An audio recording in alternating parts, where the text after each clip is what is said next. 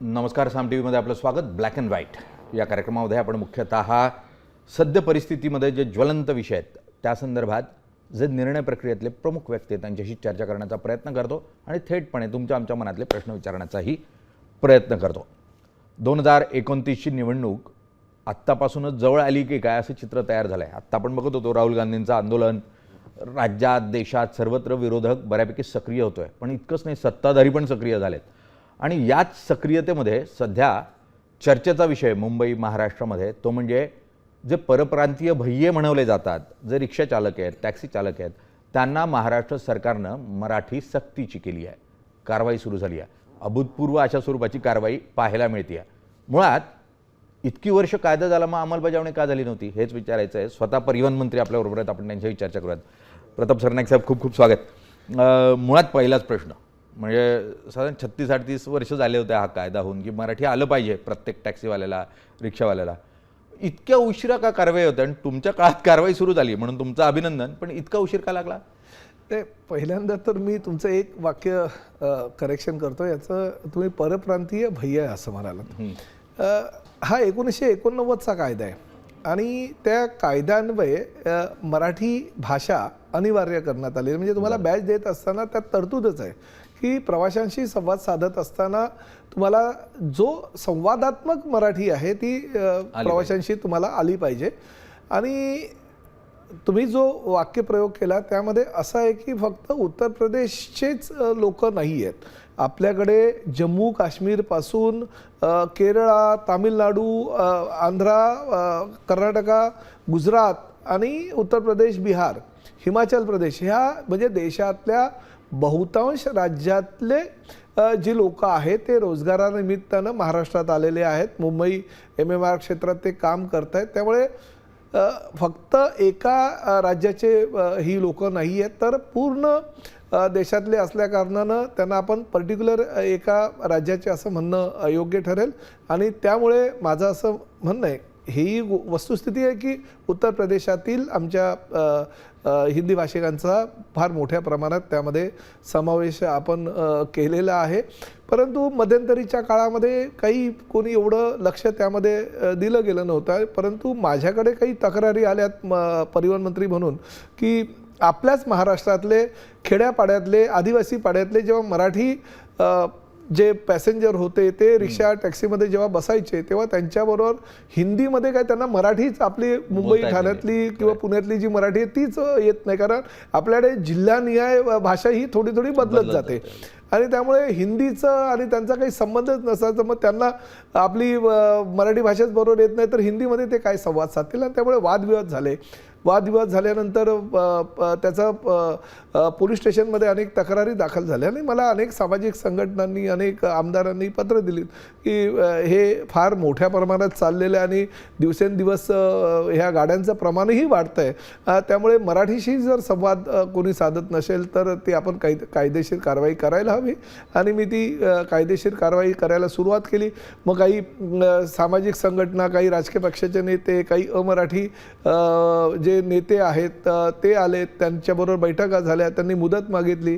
त्यांनी 3 महिन्याची मुदत मागितली. मी 1 मे ते म्हणजे महाराष्ट्र दिन ते स्वातंत्र्य दिन अशी 3.5 महिन्याची मुदत दिली. ते त्या गोष्टीला तयार झाले.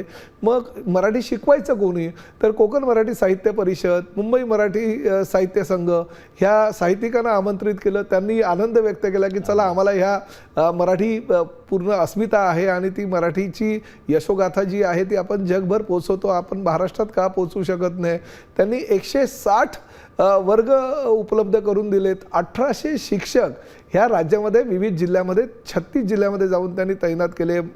MMR क्षेत्रामध्ये सगळ्यात जास्त शिक्षक दिले. आणि आनंदाची गोष्ट आहे की 1 मेला चालू केलेला हा शिवसेना प्रमुख बाळासाहेब ठाकरे यांच्या नावानं मराठी अभियान जे होतं ते जवळजवळ 1,65,600 हिंदी भाषिकांनी त्यामध्ये भाग घेतला आणि ते मराठी शिकले. आता एकूण जे लायसन्सधारी आहेत त्यातले किती टक्के हे मराठी बोलायला लागले? बघा, एकूण लायसन्सधारी 9 लाखाच्या वर आहेत. परंतु त्यातील महाराष्ट्रात राहणारे, मराठी भाषेवर प्रेम करणारे, मराठी भाषा आत्मसात करणारा आणि मराठी ही लोक सुद्धा फार मोठ्या प्रमाणात आहेत. ते 30 ते 40% आहेत.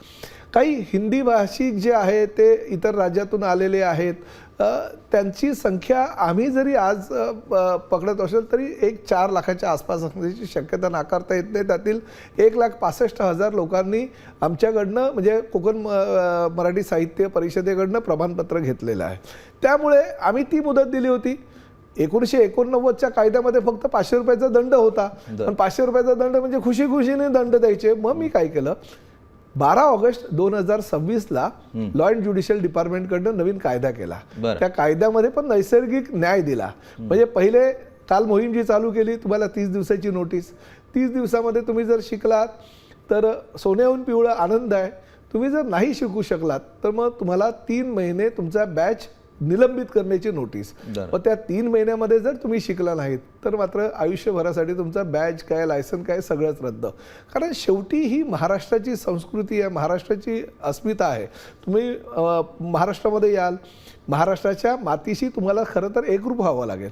परंतु तुम्ही ह्या ठिकाणी व्यवसाय कराल, धंदा कराल, पैसे कमवाल आणि सांगाल नाही आम्हाला मराठी शिकायचंच नाही, मुजोरी कराल, अरेरावी कराल, तर ते महाराष्ट्रात चालणार नाही. चला, एक भूमिका कोणीतरी तर घेतली, कारण मतदारसंघ सरनाईकांचा जो मतदारसंघ आहे त्यात साधारण 50% हे हिंदी भाषी आहेत किंवा परप्रांतीय आहेत मुख्यतः.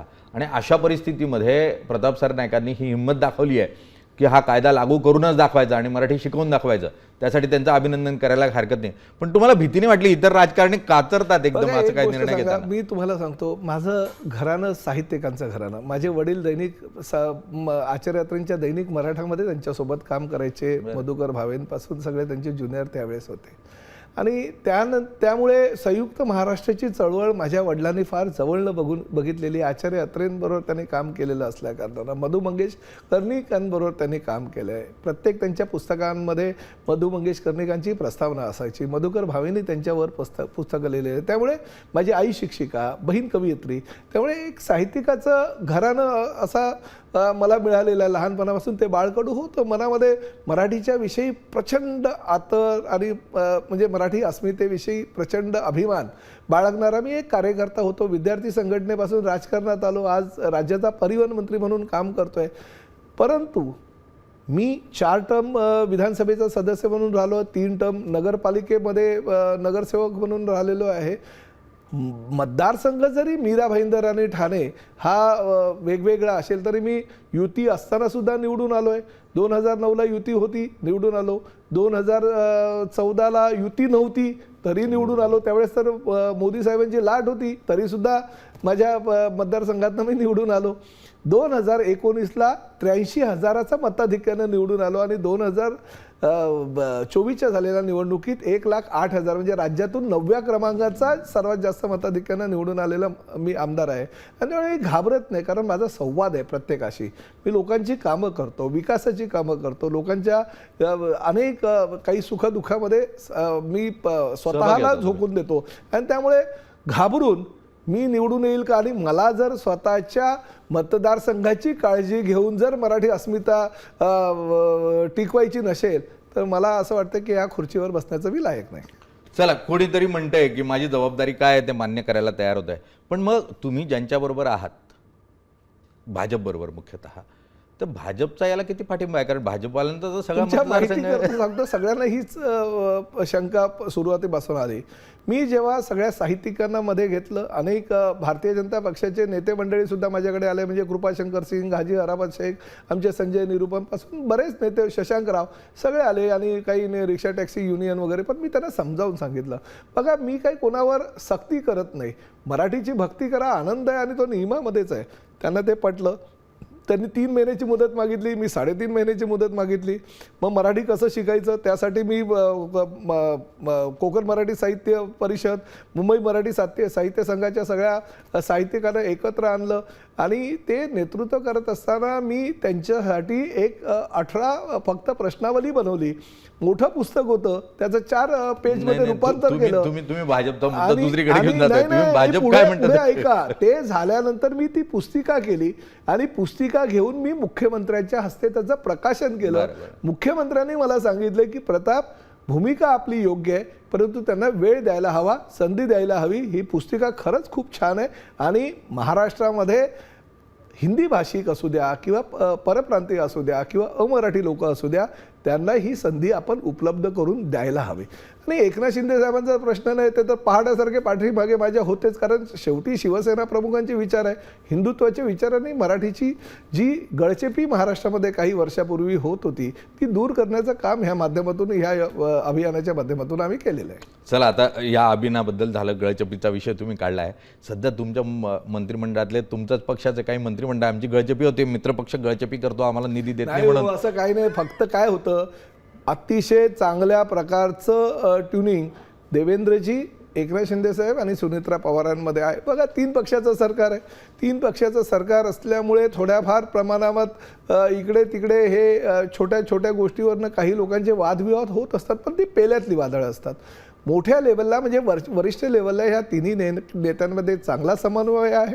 एका दुसऱ्या बाबतीत जरी काही विचारांची देवाणघेवाण किंवा काही गोष्टी जरी घडत असेल तरी राज्याच्या दृष्टीनं आणि प्रामुख्यानं मी तर स्पष्टपणे म्हणेल की MMR क्षेत्रातील इन्फ्रास्ट्रक्चरच्या दृष्टिकोनातनं ज्या पद्धतीनं देवेंद्रजी आणि एकनाथ शिंदे साहेब हाताला हात धरून काम करतायत, खरोखर मी सांगतो त्यांच्या कार्यकाळामध्ये एवढी ही विकास या MMR क्षेत्राचा होईल ना, पुढल्या भविष्यामध्ये येणारी पिढी यांच्या दोघांचं नाव हे घेतच राहणार. पण ते तुमचे विरोधक आरोप करतात की सगळ्या जमिनी तुम्ही देऊन टाकताय, मैदानं देऊन टाकताय, तुम्ही सगळ्या महत्त्वाचे कॉन्ट्रॅक्ट त्यांनाच देतायत. म्हणजे कोणाला ते तुम्हाला माहिती आहे, आदानींना देतायत किंवा कोणाला. मी तुम्हाला सांगतो, बघा 25 वर्षे मुंबई महापालिकेमध्ये तुमची सत्ता होती ना, मुंबईमध्ये एवढ्या मोठ्या प्रमाणात तुमची सत्ता होती, राज्यामध्ये पण काही वर्ष तुमची सत्ता होती. जो हिशोब तुम्हीचा जर काढला तर काय म्हणजे किती भूखंड तुम्ही लाटले, किती ठेकेदार तुम्ही निर्माण केले, किती ठेकेदारांना नगरसेवक बनवलं, किती ठेकेदारांना आमदार बनवलं, किंबहुना किती ठेकेदारांना तुम्ही लोकसभा लढवली आणि किती लोकांना राज्यसभेमध्ये पाठवलं, ह्याची जर जंत्री आम्ही वाचायला बसलो आणि लिहायला बसलो ना, एक दिवस पण कमी पडेल. परंतु ठीक आहे, विरोधक आहे, विरोधकांनी त्यांचं काम करावं. विकासाच्या दृष्टिकोनातून आमचं सरकारचे काम करत आहे. मला असं वाटतं राज्याच्या इतिहासामध्ये आजपर्यंतच्या कार्यकाळामध्ये 2019 ते 2029चा हा 10 वर्षाचा कार्यकाळ फार निर्णायक आहे. चला, हा निर्णायक कार्यकाळ आहे आणि ज्या स्वरूपाचं राजकारण ढवळून निघालं आहे महाराष्ट्राचं, म्हणजे कुणी गद्दार म्हणतंय, कुणी बंडखोर म्हणतंय, प्रत्येकाच्या आपल्या संज्ञा आहेत. या परिस्थितीमध्ये ते सर्वोच्च न्यायालयात केस सुरू आहे आणि तिचा निकाल लागेल असं म्हणतायत. ते धनुष्य राहील की जाईल काय? हे बघा, खरं तर पहिलं ह्या गोष्टीचं फार दुःख होतं आहे. सर्वप्रथम त्यांनी बाळासाहेबांचे विचार जे आहेत ते गोठवलेत. काँग्रेस राष्ट्रवादीबरोबर जे तेव्हा गेले त्यामुळे ते बाळासाहेबांचे विचार ते गोठवले. हिंदुत्वाचा विचारच त्यांच्याबरोबर राहिला नाही. मराठीचा मुद्दा तर संपवून टाकला. आणि आज तीच मंडळी सांगतात, म्हणजे कपिल सिब्बल हे फार मोठे वकील आहेत, सिनियर कौन्सिल आहेत, देवदत्त आहेत, आम्हाला नाही मिळालं तरी चालेल पण बाळासाहेबांचा धनुष्यबाण गोठवून टाका. अरे ही काय भूमिका, काय भावना तुमची? ठीक आहे, आम्हाला नाही मिळालं तर चालेल पण दुसरे जे शिवसेना आणि 4 अक्षरं आणि धनुष्यबाण घेऊन बाळासाहेबांचे विचार घेऊन एकनाथ शिंदे साहेब पुढे जात आहेत, त्यांचा धनुष्यबाणसुद्धा तुम्ही गोठवा. आणि त्याचबरोबर तुम्हाला ह्या गोष्टीची जाणीवसुद्धा असायला पाहिजे की 2022ला तुम्ही म्हणतायत की आमदार होते, त्यांच्याकडे फक्त 4 लाख शिवसैनिक होते किंवा सदस्य होते. अहो, आज एकनाथ शिंदे साहेबांच्या नेतृत्वाखाली 2024च्या निवडणुकीमध्ये लोकसभा आम्ही जिंकली. विधानसभेचं जे संख्याबळ होतं ते आमचं 1.5 पटीनं वाढलं. जिल्हा परिषदा, पंचायत समित्या, महापालिका सगळीकडे आमचे महापौर बसले, आमच्या जिल्हा परिषदेचे अध्यक्ष बनले, पंचायत समितीमध्ये आमचे सभापती बनले, नगराध्यक्ष झाले. आम्हाला जनतेनं दिलेला आहे, जनतेचा कौल आमच्याबरोबर आहे. न्यायालयाचा कौल काय लागेल तर आम्ही 2 तारखेपासून जेव्हा सर्वोच्च न्यायालयामध्ये आमची भूमिका आणि आमची बाजू आम्ही मांडू, पण जनतेनं आम्हाला कौल दिलेलं हे तुम्ही विसरून चालणार नाही तुम्हाला. नाही, पण माझं एक म्हणणं आहे की न्यायालयात पण कोणीतरी म्हटलं की जनतेच्या न्यायालयानं कौल दिलेला आहे. मग अशा प्रकरणांचा प्रत्येकाचा कौल आपण जर जनतेत जाऊन घ्यायला लागलो तर मग न्यायालय कशाला पाहिजे हा प्रश्न येतो. बघा, न्यायालय पाहिजेच. न्यायालयाने निर्णय दिलेला तो आम्हाला बंधनकारकच आहे, परंतु न्यायालयामध्ये फक्त त्यांची बाजू तुम्ही आतापर्यंत ऐकलेली ना. आणि कपिल सिब्बल तर तेच ते बोलत होते. गेल्या 5 वेळा न्यायालयानं त्यांना आणि न्यायाधीशांनी संधी दिल्यानंतर सुद्धा आमची भूमिका आहे ती आम्ही 2 तारखेपासून मांडू.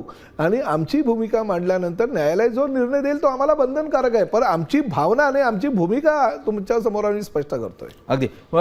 प्रताप सरनाईक साहेब, ठाणं म्हणजे शिंदेंचा गड अशा स्वरूपात ठाण्याकडे बघितलं जातं आणि मग कल्याण डोंबिवलीचा मतदारसंघ असेल, ठाणं असेल, मग लोकसभा मतदारसंघ असेल श्रीकांत शिंदेंचा, तुम्ही त्याच भागातून येतात, अगदी मीरा भाईंदरपर्यंत तुम्ही नेतृत्व करता. या सगळ्या भागावर जर नजर टाकली तर इथे ज्या योजना सुरू आहेत त्या योजनामध्ये क्लस्टरची योजना खूप महत्त्वाची होती जी शिंदे साहेबांच्या काळात होती, आणि तिच्यावरून जी धुसफूस सुरू आहे. आता भाजप म्हणतं ही योजना आमच्याकडे हवी, ती नको, क्लस्टरमध्ये नुकसान होतं आहे, क्लस्टर म्हणजे फक्त पैसा कमवण्याचं साधन आहे, काही राजकारणी त्यातून पैसा कमवतात. या आरोपांकडे कसं बघतात? ठाण्याचा विकास यातून होणार की नाही होणार? नाही, तुम्हाला सांगतो मी ह्याची पाठीमागची पार्श्वभूमी तुम्हाला सांगतो. 1997 साली मी एकनाथ शिंदेसाहेब ठाणे महानगरपालिका पालिकेमध्ये नगरसेवक होतो, आणि शिंदे साहेबांच्या वॉर्डामध्ये त्यावेळेचा तो किसन नगरचा भाग साईराज नावाची एक इमारत होती, आणि ती धोकादायक आणि अनधिकृत इमारत होती. ती पत्त्याच्या बंगल्याप्रमाणे ती कोसळली आणि त्यामध्ये अनेक लोक मृत्युमुखी पडले, लहान लहान 3-3, 4-4 वर्षाची मुलंसुद्धा त्यामध्ये गेली. आणि त्यावेळेस ती सुरुवात झाली ठाणे महापालिका क्षेत्रामध्ये. मग नंतर मुंब्र्याला पडली, लोकमान्य नगरला पडली, कळव्याला पडली, विविध ठिकाणी पडत गेली. शिंदेसाहेबांच्या मतदारसंघात तर 2-3 दुर्घटना अशा घडल्या. आणि त्याच वेळेस आम्ही ठरवलं या अनधिकृत इमारती आहे, 4-4, 5-5 माळ्याची इमारती बनवली आहे, कंजेस्टेड आहे, म्हणजे एका इमारतीतून दुसऱ्या इमारतीमध्ये सेकंडसुद्धा करता येतो एवढ्या त्या बनवलेल्या आहेत. त्यांचं लाईफसुद्धा 20-25 वर्षाच्या वरती नाही, पण ह्या डेव्हलप होऊ शकत नाही.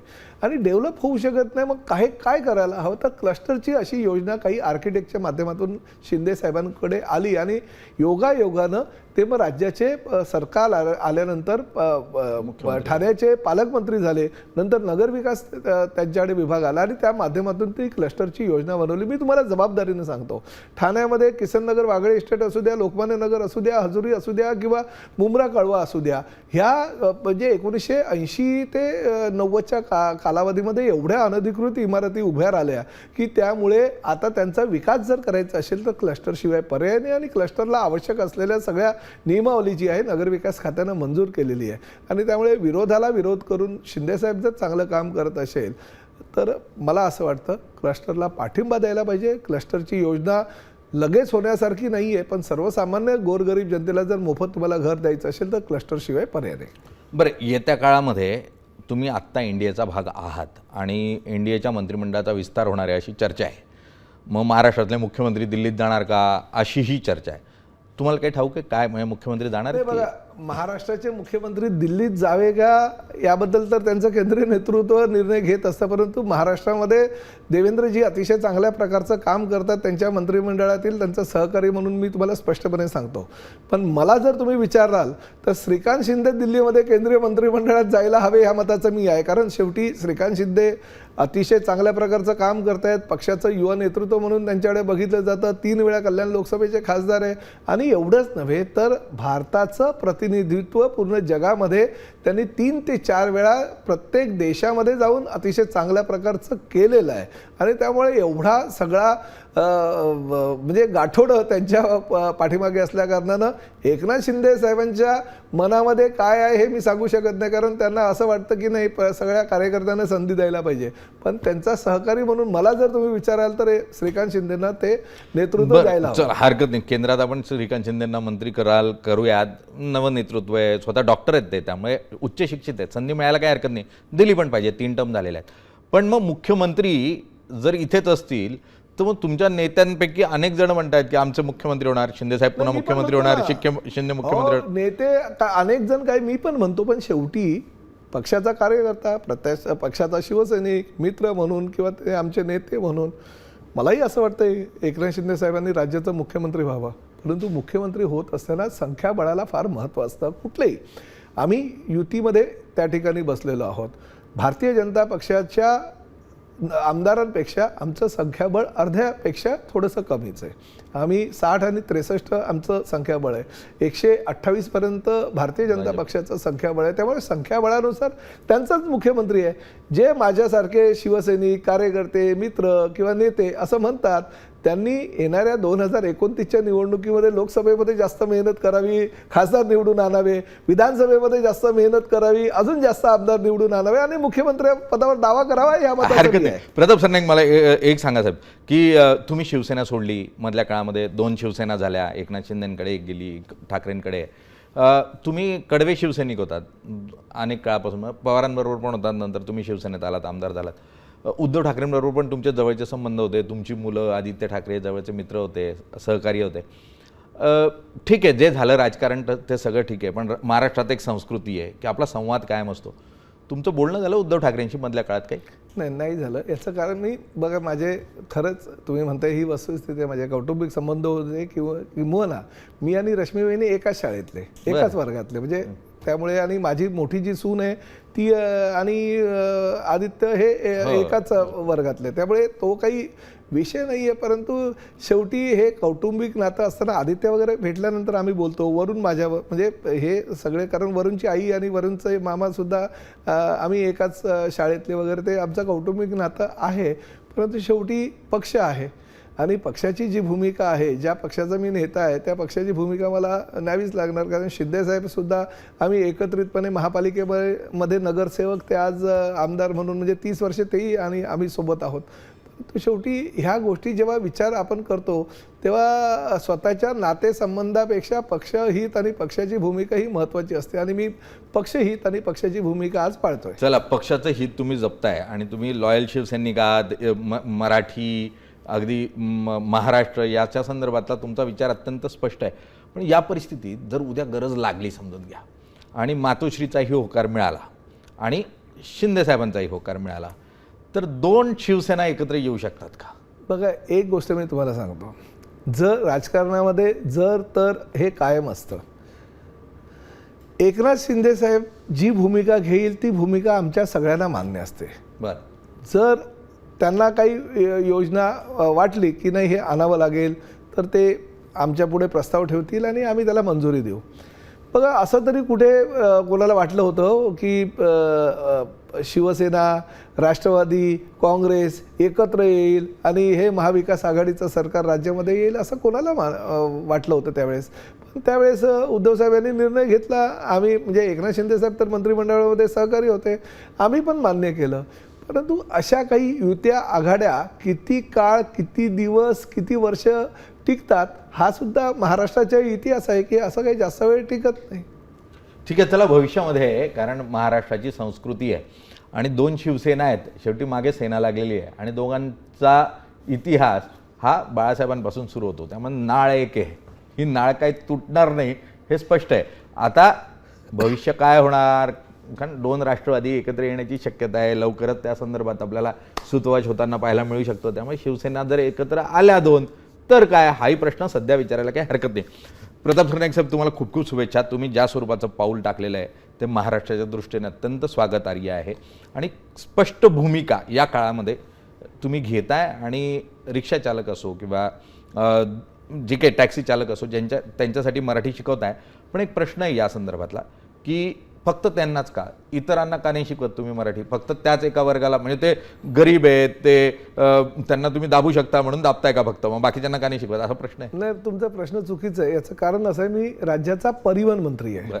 माझ्या अधिकार क्षेत्रामध्ये फक्त ओला, उबेर, रॅपिडो, आता नवीन येणार असलेली भारत टॅक्सी, देवदत्त किंवा भविष्यामध्ये येणारी छावा आणि त्याचबरोबर रिक्षा आणि टॅक्सी ह्या माझ्या अधिकार क्षेत्रामध्ये, त्या ठिकाणी काम करणारे ड्रायव्हर हे माझ्या अधिकार क्षेत्रामध्ये आहे. हा, मी मराठी भाषेचा मंत्री असतो तर मग तुमचा प्रश्न आणि तुमच्याच सरकार, नाही, आमचं सरकार आहे आणि मराठी भाषेच्या शिवसेनेकडे तो विभाग, मराठी भाषेच्या मंत्र्यांनीच अनुदान दिलं म्हणून राज्यामध्ये आम्ही 1800 साहित्यिक शिक्षकाच्या रूपानं नेऊ शकलो आणि 180 कार्यशाळा आम्ही निर्माण केल्या. ह्या मराठी भाषेच्या मंत्र्यांनी आम्हाला सहकार्य केलं म्हणून. परंतु माझ्या अधिकार क्षेत्रामध्ये जे आहे मी त्या विषयावरच लक्ष देणं गरजेचं आहे. नाही तर उद्या सामंतांनी माझ्यामध्ये भांडणं लागेल की हे माझ्या खात्यामध्ये लुडबुड करतात. आम्ही एकत्रितपणे चांगलं काम करतोय, पुढे घेऊन जाऊ. तुम्ही सगळे ठाण्याचे सहकारी आहात एकमेकाचे, काय एकमेकाला कोणी तुम्ही भांडायला असं वाटत तर नाही. त्यामुळे भविष्यामध्ये काही असो निर्णय घेतला गेला आहे, सुरुवात आहे, निश्चितपणे इतर सगळ्या भागामध्ये ते लागू होईल या दृष्टीने प्रयत्न होतील अशी अपेक्षा करूयात.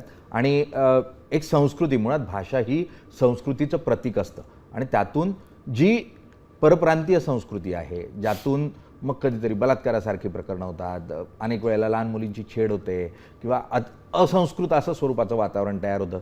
ही असंस्कृतपणा जी आहे तोही कमी करायला निश्चितपणे भाषा मदत करू शकते आणि मराठी भाषा ही संस्कृतीचं प्रतीक म्हणून ही परप्रांतीय लोक स्वीकारतील आणि त्यातून जी मवाळता मराठी माणसामध्ये आहे, जो सुसंस्कृतपणा आहे, जो पुरोगामित्व आहे, ते त्यांच्यातही येईल अशी अपेक्षा करायला काही हरकत मला नाही. एक फक्त शेवट करायचं आहे. अगदी ह्या रिक्षा टॅक्सी चालकांना 1,65,600 लोकांना आम्ही जेव्हा शिकवलं ना, त्यातील बहुतांश लोकांनी आम्हाला एक विनंती केली आणि ती विनंती आपल्या चॅनलच्या माध्यमातून मला करायची आहे. त्यांनी मला सांगितलं, साहेब तुम्हारी हमको जरूरत भी नहीं होती.